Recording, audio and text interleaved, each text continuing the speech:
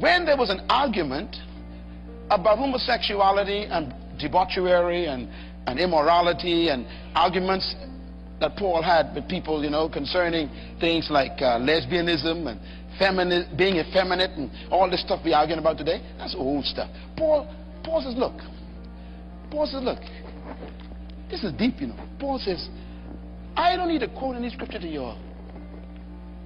He says, even nature proves that this ain't right. Do you all remember that? No, you all remember that? Okay. I know some of you all don't read the Bible, so I don't want to assume that. Romans chapter 1. Paul is talking about all these things we're fighting over today. Same-sex marriage and lesbianism and all this stuff. Paul says, look. He says, you don't need God to write something on the wall for you.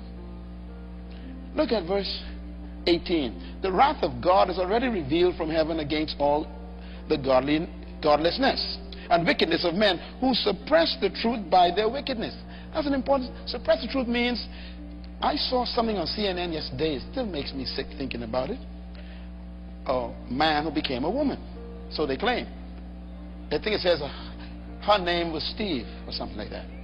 And I'm watching this program now. Don't turn the TV off, okay? And I'm sitting there thinking, what is this? Let me read what it was. Verse 18. This is the Bible. This is exactly what you saw on CNN. It says, the wrath of God is already revealed against that. Men suppress the truth by their wickedness.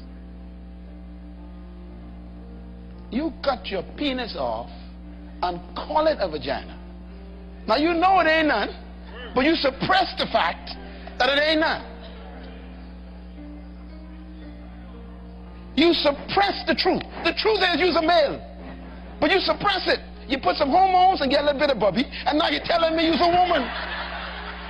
You ain't no woman. Anybody with me here? They suppress the truth. The honest truth is I'm a male. What did I say? Oh, sorry.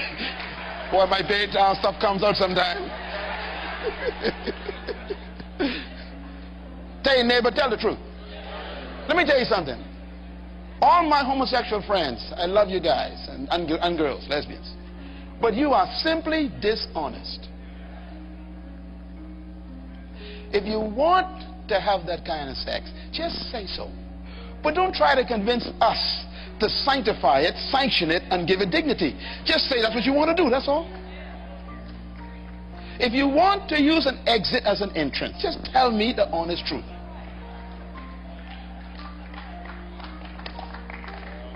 Don't try to get me to dignify it, sanctify it, glorify it, and then make it legal.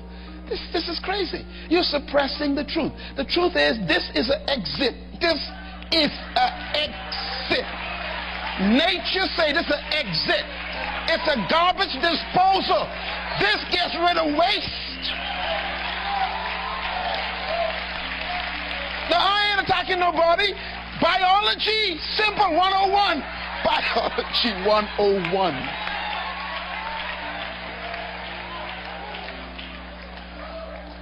It's a law. The law of my rectum is excretion. It's a law. No legislation can transform that into something else.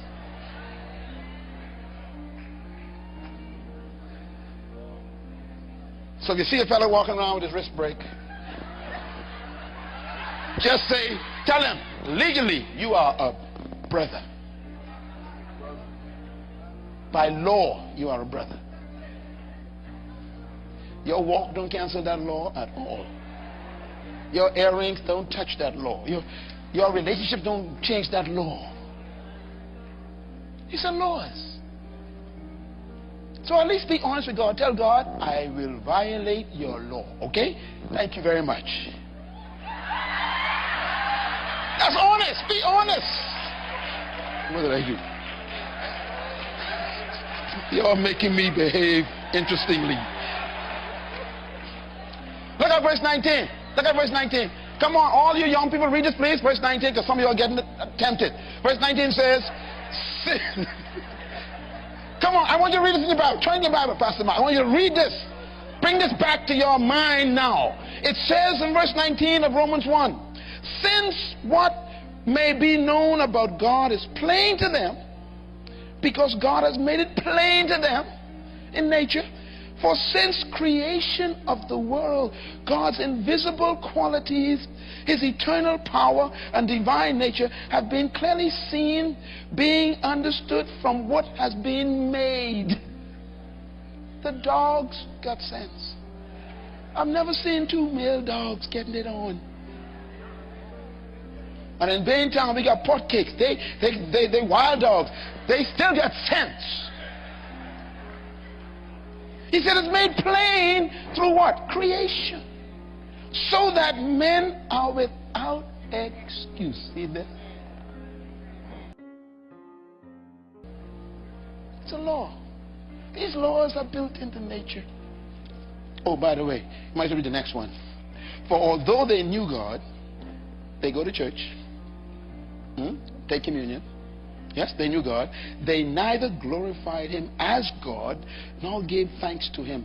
But their thinking became futile and their foolish hearts are darkened.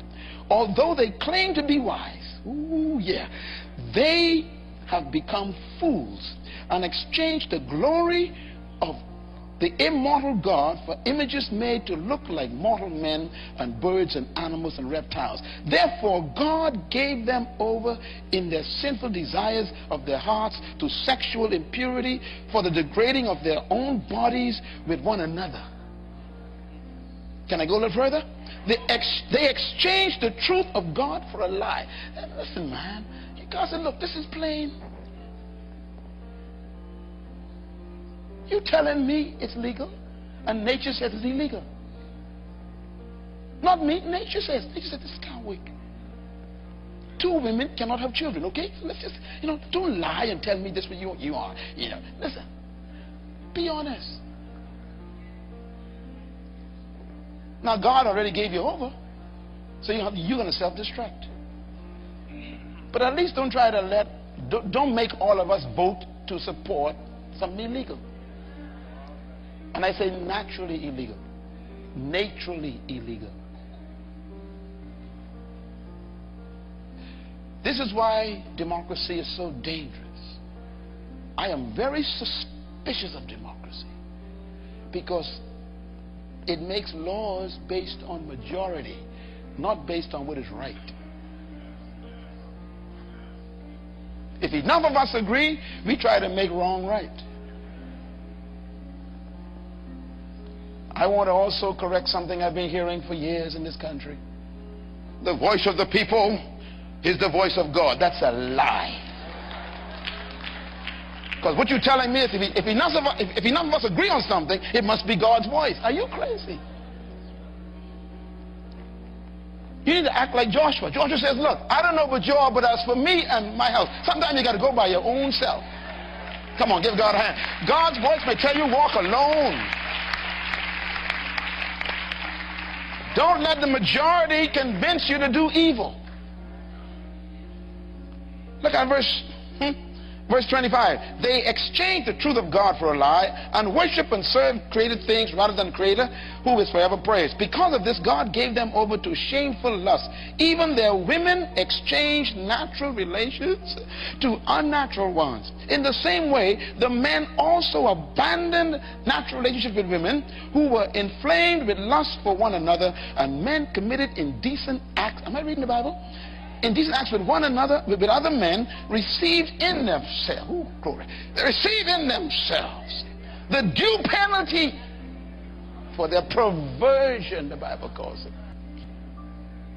Now, let me tell you what, you cannot pervert what is not real. I'm going to say this again. Perversion implies that there's something that is right that you have skewed to be wrong. It's perversion. You cannot take right and make it wrong. You can pervert it. So Paul is correct. Paul says it's perversion. Sex is good, but you can pervert it. You cannot pervert what is not present and what is not good. It has to be present first. Then you pervert it. It's like using a knife that you bought to slice tomatoes and you slice someone's throat. The knife is innocent, but you perverted the knife and made it a weapon. So, as a male, I am pure. And Pastor Richard is a male, he's pure. But we're not built to go together. But we can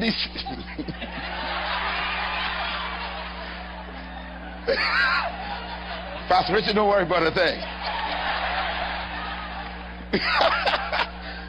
But we can decide, that's the problem, to come together. That's called perversion of the male entity. Perversion. Now, if you try to sanctify perversion, dignify perversion, and then legalize perversion, it's impossible. Because it will never work.